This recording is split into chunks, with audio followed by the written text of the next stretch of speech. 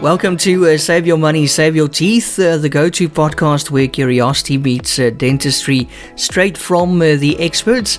I'm Ian and I'm joined by Dr. Clifford Yudelman from OptiSmile once again, and we are ready to take a deep dive into the world of dental care from a consumer's perspective.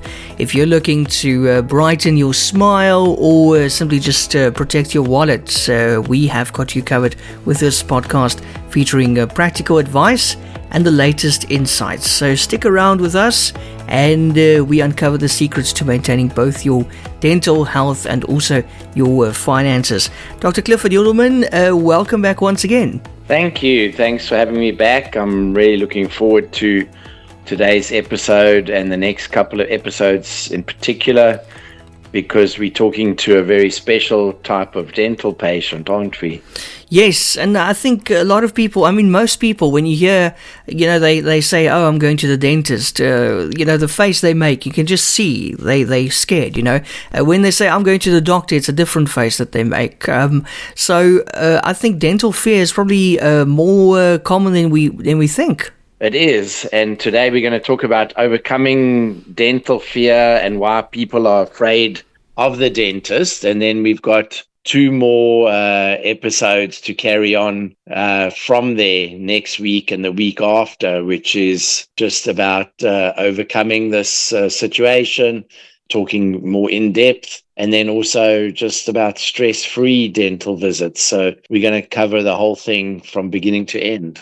Dr. Yudelman, why do so many people experience such intense fear or anxiety about going to the dentist in the first place? Is it the needles? Is it the drill? Why? Yeah, that's a great question. It seems to be very personal when we see patients. If I can think of the last 10 patients that I saw that had a severe fear, where they delayed visiting the dentist, then they got dental problems, and then things got even worse, and then they had symptoms like toothache or other problems, and then it was like a vicious circle. But it often stems from past traumatic experiences, either personal traumatic experience or, interestingly, from stories shared by friends and family. So I always tell people, don't talk about that terrible root canal experience that you had in front of your 7-year-old, because they are listening, and you can actually pass on fear. We get kids in that have no reason to be scared of the dentist, but yet they've heard terrible stories. The clinical environment, the sounds, the feeling of losing control can all heighten anxiety. Even just not knowing what's happening can fuel the nerves. And just talking about the fear, the feeling of losing control, we'll probably come back to it a bit later. But a lot of people that are scared of the dentist also have a very bad gag reflex, and they just can't tolerate anything in their mouth. They feel like they're going to throw up, or they get like they start choking. So this is all related to anxiety. I actually remember that when the doctor puts that stick on your tongue, your actual house doctor, when he puts that stick on your tongue, that stick that they use for ice cream as well. Yes, and you start a tongue depressor. Yeah, and you start gagging like that, and then that taste of that wood and stuff. Oh man, that's terrible. It just brought back some memories. But anyway, we don't do that at the dentist. But if we're taking a mold or we're taking X-rays. Just a quick tip in case I forget to get back to it. But if someone's very scared of, or they got a bad gag reflex, a little trick that I learned from a dental assistant that I was in America for 16 years and Australia for 12 years.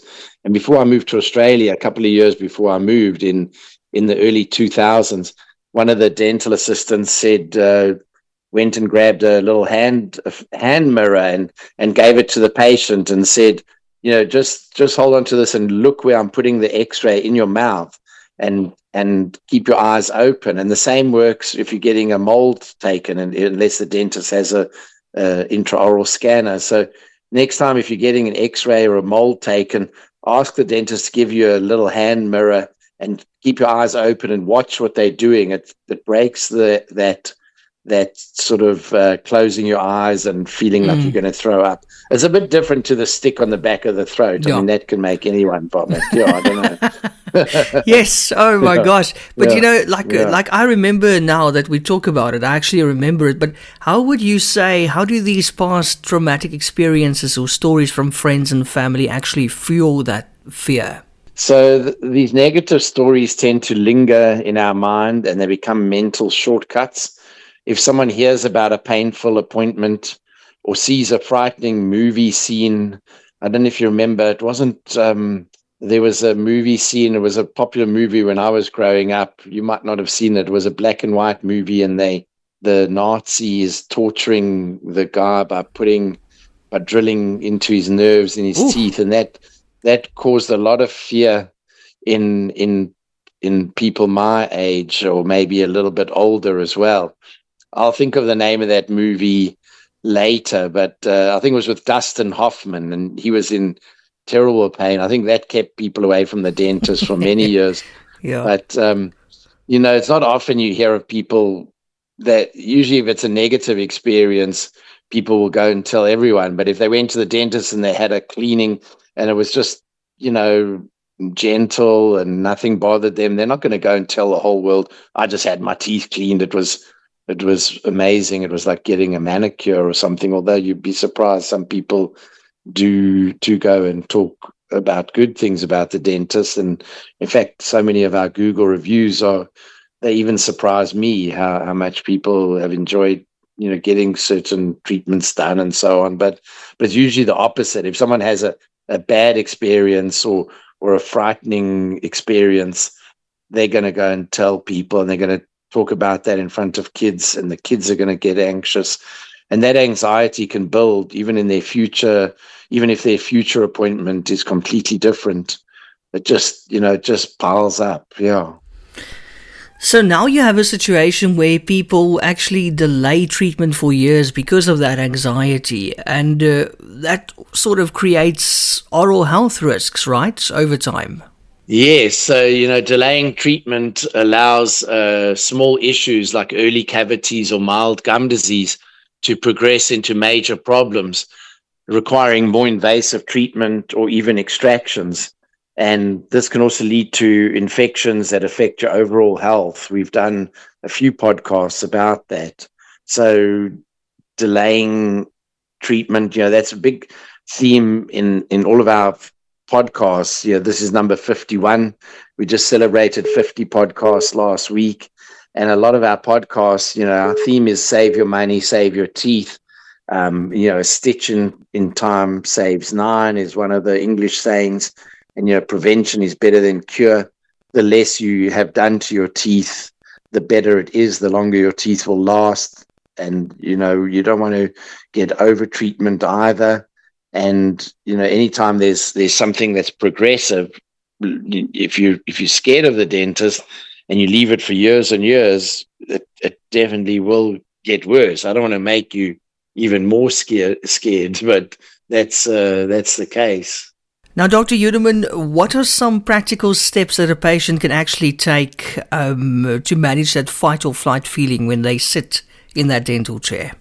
Simple breathing exercises can really help, such as slowly breathing in through your nose and then breathing out through your mouth.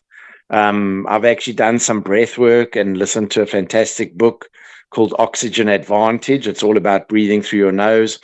When you take a nice deep breath through your nose, like I just did, your body, you've got nitric oxide, which dilates your blood vessels. It lowers your blood pressure. It helps to slow down your heart rate.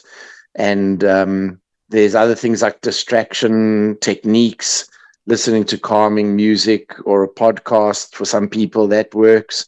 Although I generally find it's better if the patient can hear me. I have quite a monotonous, monotone voice, and I tend to be a bit hypnotic if I just talk nicely and slowly to the patients, and I tell them what's going on.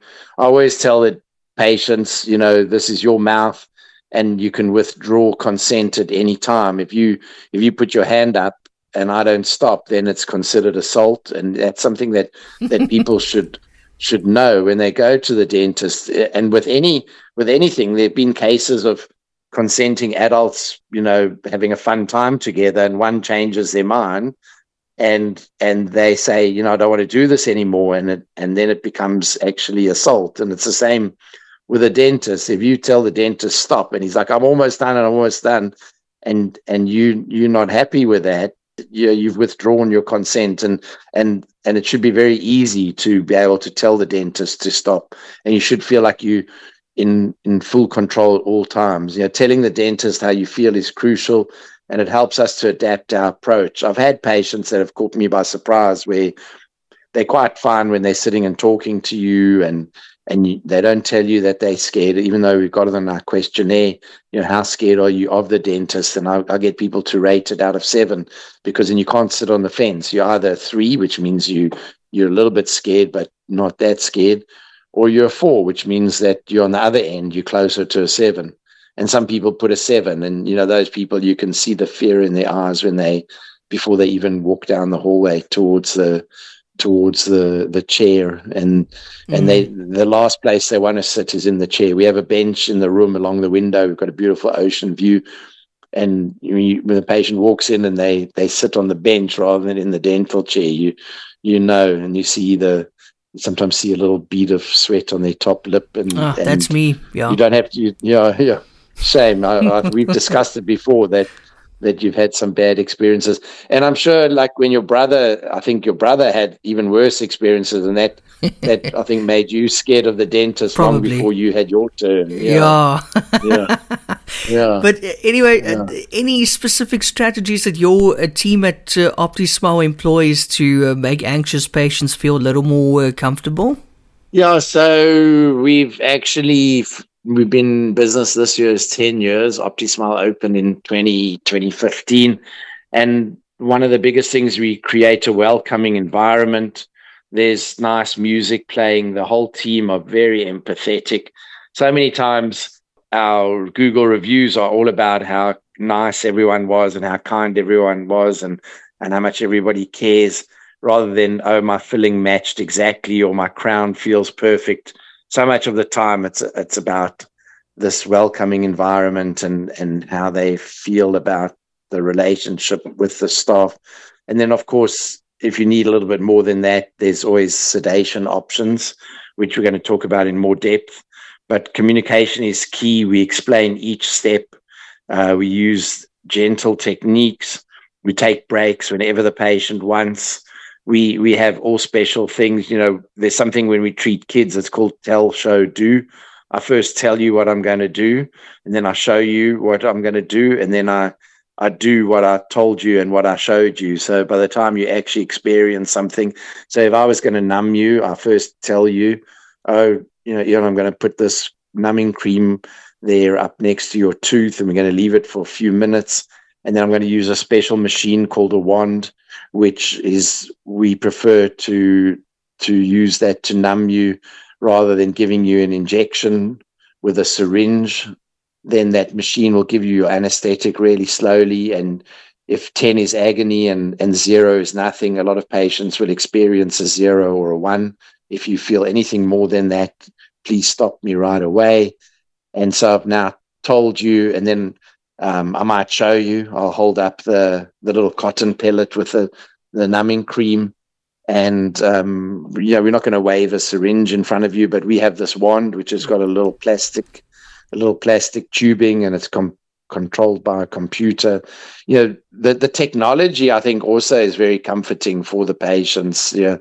If everything's looks like it's from the last century, and things are rusty and not modern, I've had quite a few MRIs and CAT scans and that, and depending where you go, I've even went to a private academic hospital that was part of a government hospital, and it was scary. Some of those old machines, they still work, but you don't feel like it's a luxury experience, like going to a high-end private clinic. So, the perception is very important, but the main thing is knowing the patient, knowing that they fully in control. And then we're going to talk more about sedation for certain cases later. Okay, and how important would you say is it for patients to communicate their fears openly with you, the dentist? And what difference does it actually make? So it makes a huge difference. So right there in our new patient form, I just mentioned that about people rating their fear out of 7. Once we know you're anxious, we slow things down. We can explain even more. Our first examination, we spend an hour and a half, so we've got plenty of time. We adjust our approach. We make sure you're fully informed. In fact, for most treatments, we not only explain and show you models and show you pictures, we also send you something called an informed consent, which we get you to sign.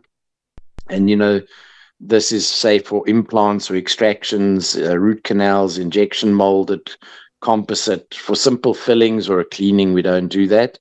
But, this openness builds trust, and it in turn reduces fear. And could you maybe share a success story of someone who overcame severe dental fear and how it changed their life?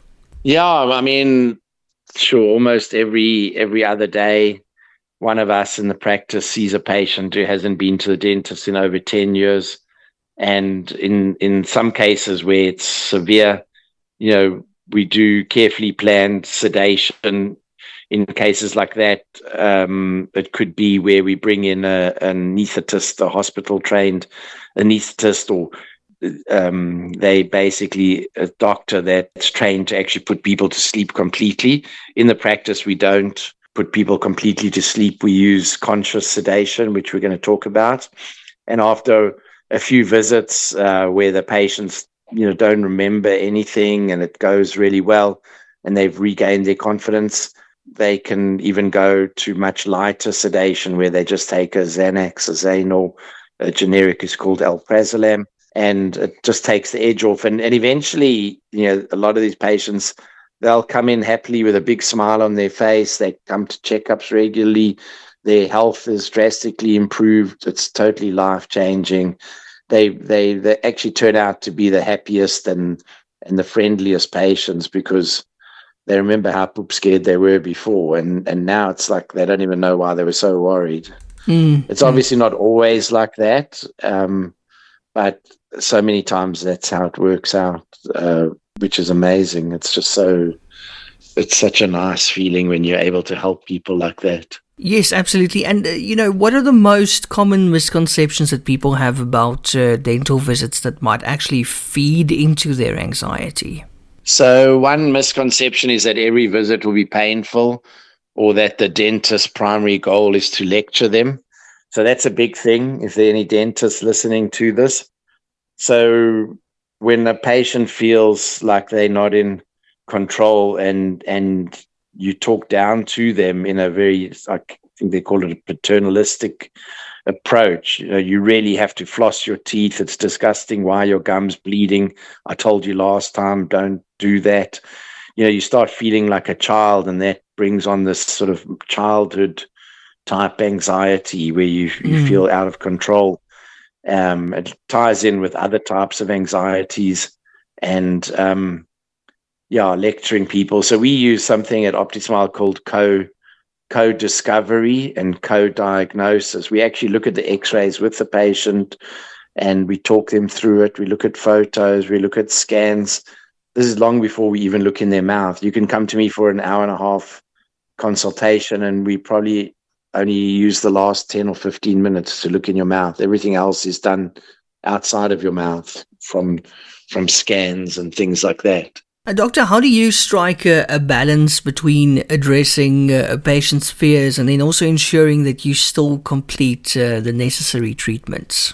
So we plan extra time for anxious patients.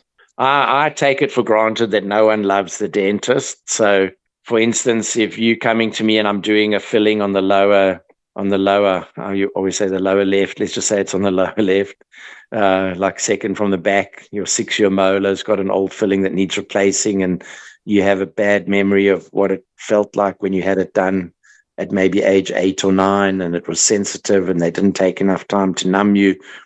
Once that tooth is numb and you there and your mouth is open, and I'm going to now take out the old filling, clean it up, and put a new filling in. The filling itself maybe takes 15, 20 minutes maximum. But I always book an hour for a patient like that. There's some chat when you come in, 5-10 minutes. There's explaining how we're going to numb you. Then there's the actual numbing. And then we give it a good 10, 15, 20 minutes to get numb. If you need more numbing, the second time is definitely 100% painless. If you felt a 1 out of 10 on the first injection and you need a second one, if you're very scared of needles in general, that's where sedation might come in, or oral sedation. But, we pause to explain. We schedule shorter visits instead of a long session, or vice versa, depending on the patient and how we feel. A lot of the time, if you're getting numb, say on the lower left, and there's 2 or 3 fillings in that area, we would do what's called quadrant dentistry, where, once you take, especially if you're getting sedation, you don't want to keep coming in and getting sedated. If you're getting a general sedation, a conscious sedation, we might do everything on the top and the bottom left, because a sedation can be an hour or 2 hours. And when we wake you up, you're not actually 100% asleep. You're responding, you're breathing. But when we're done, you feel like you've been there 5 minutes, and it's like nothing ever happened. So that's how we deal with that. Okay, no, I like that. And if someone listening has major anxiety, but they really need dental care, what would be your top piece of advice for them? Yeah, just to get in contact, to contact us or your local dentist, to communicate your fears before you even step into the office. Sometimes, telling the receptionist, that doesn't always work. In our case, you can book a consultation just to talk, no treatment, no nothing. We do that all the time for nervous patients, where they don't even have to come to the office. We do it on a Google Meet or a Zoom, and we book half an hour. Sometimes it even goes over if I've got extra time.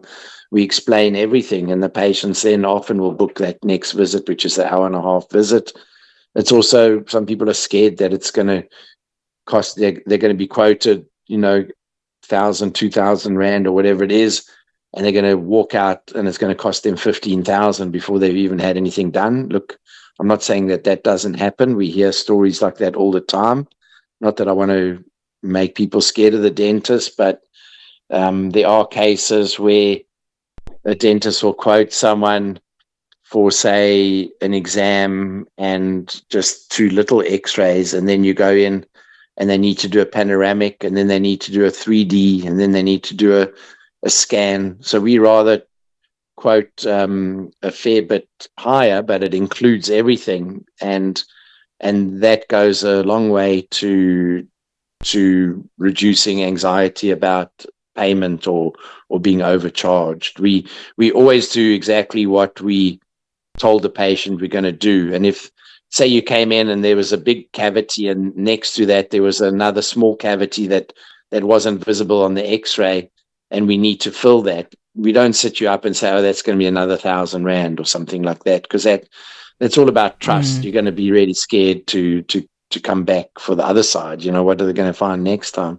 Yeah. So working on that type of thing is very important. But taking the first step is often the hardest part. Fear of the unknown, that causes an anxiety.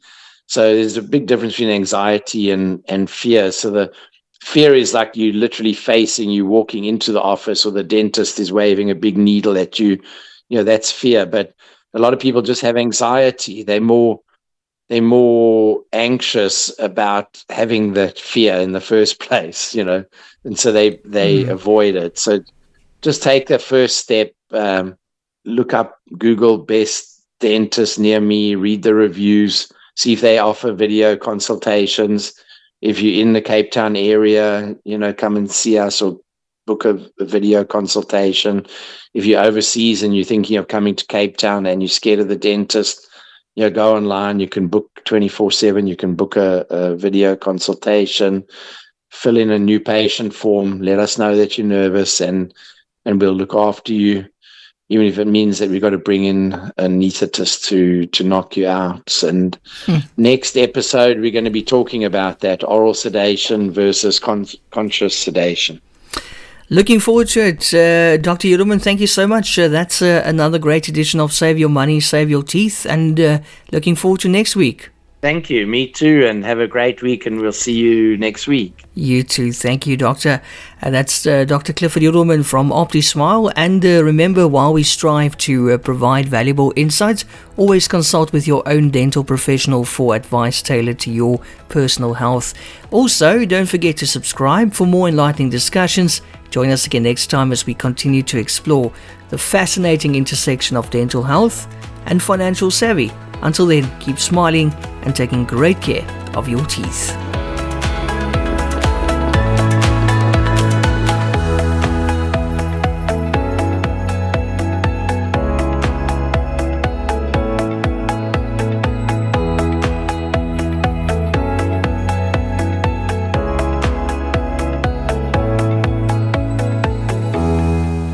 Discover the world of dental excellence with OptiSmile.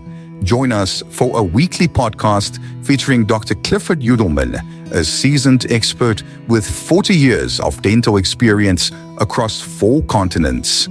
Gain unique insights and expert dental advice by visiting optismile.co.za for articles that illuminate the path to optimal oral health.